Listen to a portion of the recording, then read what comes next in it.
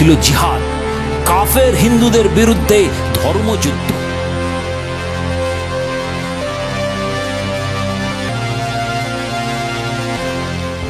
আঠেরো দিন ধরে প্রস্তুতি নেওয়ার পর 15ই আগস্ট মুসলিম লীগ পরদিন বাংলাব্যাপী বন্ধের ডাক দেয়। এতে সম্মত হন গভর্নর বরোজো। শ্যামাপ্রসাদ মুখোপাধ্যায়ের নেতৃত্বে হিন্দু মহাসভা লীগের এই কর্মসূচির বিরুদ্ধে প্রতিবাদ জানায়। ইতিপূর্বে রাজ্যের 24টি পুলিশ হেডকোয়ার্টারে 22টিতেই হিন্দু পুলিশ অফিসার সরিয়ে মুসলিম অফিসার নিয়োগ করেছিলেন সোহরাওয়ার্দী। উদ্দেশ্য, আইন শৃঙ্খলা পরিস্থিতির অবনতি ঘটলেও যাতে হিন্দুরা কোনো রকম সাহায্য না পায়।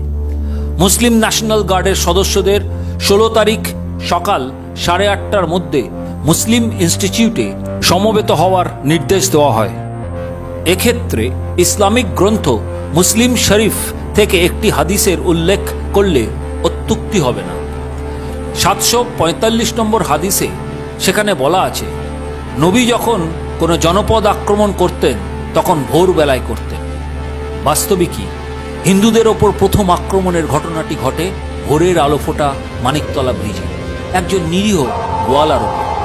এরপর সকাল 7টা নাগাদ আক্রান্ত হয় মানিকতলার দেশবন্ধু মিষ্টান্ন ভাণ্ডার। 7:30টা নাগাদ বউবাজার আর লোয়ার সার্কুলার রোডের জাংশনে শিয়ালদায় অস্ত্রশস্ত্র নিয়ে জমা হয় মুসলিমরা। বেলা বাড়তেই মহানগরীর বিভিন্ন এলাকা আক্রান্ত হতে থাকে। 8:25-এ টেরিটি বাজার, 8:30টায় lower Chitpur city cinema hall, 9টায় শিয়ালদাহ, 9:05-এ ওয়ার্ডস ইনস্টিটিউশন স্ট্রিট থেকে মুসলমান আক্রমণের খবর আসে। 9:12 অনুরূপ নৃশংসতার খবর আসে রিপন স্ট্রিট, মল্লিক বাজার এবং ওয়েলেসলি স্ট্রিট থেকে। 9:30 এবং 9:55 বটতলা থানা থেকে মুসলমান আক্রমণের বিরুদ্ধে সাহায্য চেয়ে পরপর অনুরোধ আসে। 10:10-এ দমদম রোড, 10:12-তে গড়পাড় যোগীপাড়া লেন এবং 10:30-এ হ্যারিসন রোড আক্রমণ করে সশস্ত্র মুসলিম জনতা। 11:08-এ বিবেকানন্দ রোডের কমলা বস্ত্রালয়ে অগ্নিসংযোগ করা হয়। 11:15 নাগাদ রিপন স্ট্রিটের সামনে থেকে ভয়াবহ দাঙ্গার খবর আসতে শুরু করে। 11:50-এ খবর আসে শিয়ালদার দিকের দোকানপাট লুট করে একটি বিরাট দল বউবাজারের দিকে এগিয়ে চলেছে। হাতে তরোয়াল আর মুখে হিন্দু বিরোধী স্লোগান দিতে দিতে আপার সার্কুলার রোড ধরে ময়দানের দিকে এগিয়ে চলেছে আরেক দল। তৃতীয় দলটি শ্যামবাজার থেকে হাতিবাগানের দিকে অগ্রসর হয়েছে। 1:30টা নাগাদ ষষ্ঠীতলা আর বেলা 3টে গড়পাড় থেকে হিন্দুদের ওপর প্রাণঘাতী হামলার খবর আসতে থাকে। এই সময় ময়দানে মনুমেন্টের নিচে মুসলমানদের সমাবেশ চলছিল।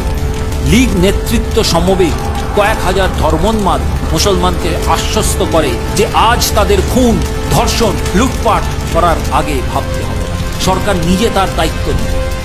সমাবেশ শেষ হতে না হতে এই উন্মত্ত মুসলমান বাহিনী হিন্দু প্রতিষ্ঠানগুলির আক্রমণ করা শুরু করে। 4:05-এ ভাঙচুর চলে লাইট হাউস সিনেমার পাশে। 4:20-তে বেঙ্গল ক্লাব আক্রান্ত হয়। 4:30 নাগাদ খবর আসে যে মেট্রো সিনেমার পাশে কেসি বিশ্বাসের দোকান লুট করে অস্ত্র শস্ত্র নিয়ে গেছে মুসলিমরা। 4:42-এ ধর্মতলা রোডের কমলালয় স্টোর সম্পূর্ণ লুট হয়ে যায়। বিকেল 5:10 নাগাদ খবর আসে ধর্মতলার চাঁদনি চকে লুট হয়েছে।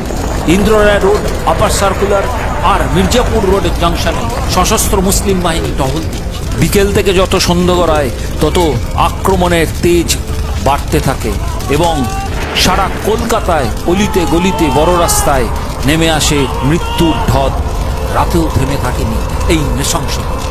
কলকাতা পুলিশের প্রাক্তন ডিজি গোলক বিহারী মজুমদার তাঁর বইতে দাঙ্গার বিবরণ দিতে গিয়ে লিখেছেন, রাত 11টা-12টা নাগাদ আবার ওরা আক্রমণ করল। দেখলাম এক দল লোক, তাদের হাতে ছোরা, তরোয়াল ইত্যাদি নানা রকম অস্ত্র। তারা চিৎকার করে বলছে, আজ তো এক এক হিন্দু কো কুরবানি করেগা। সবচেয়ে বেশি ভয় দিদিকে নিয়ে, হিন্দু মেয়েদের ওপর ওদের বরাবরের লোভ। আরও লিখেছেন, রাজাবাজারের ওপর দিয়ে আমায় যেতে হবে। একদিন দেখলাম গরু কেটে যেরকম বুকের থেকে ঝুলিয়ে রাখে তেমনি ভাবে হাত পা কাটা হিন্দু মেয়েদের চুল বেঁধে সব ঝুলিয়ে রেখেছে। আগামী 1.5 দিন ব্যাপী আল্লাহ আকবার, নারায়ে তাকবীর, লড়কে লেঙ্গে পাকিস্তান ধ্বনিতে ব্যক্ত হয়ে থাকলো মহানগর। আগুনে জ্বলতে লাগলো হিন্দুদের স্থাবর অস্থাবর যা কিছু।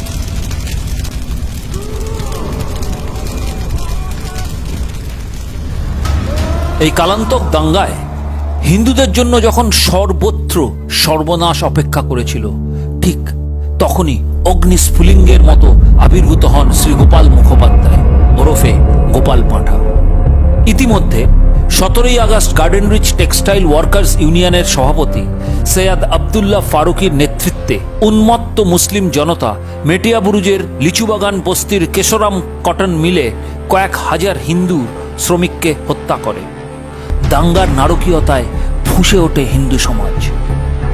এক্ষণে আপনাদের গোপাল পাঁঠার সম্পর্কে দু চার কথা বলে নেওয়া অত্যাবশ্যক মনে করি। বিপ্লবী অনুকূল মুখোপাধ্যায়ের ভাইপো বউবাজারের গোপাল মুখোপাধ্যায় ছিলেন বিজয় সিং নাহারের শিষ্য। মেডিকেল কলেজের সামনে তার পাঁঠা কাটার দোকান ছিল।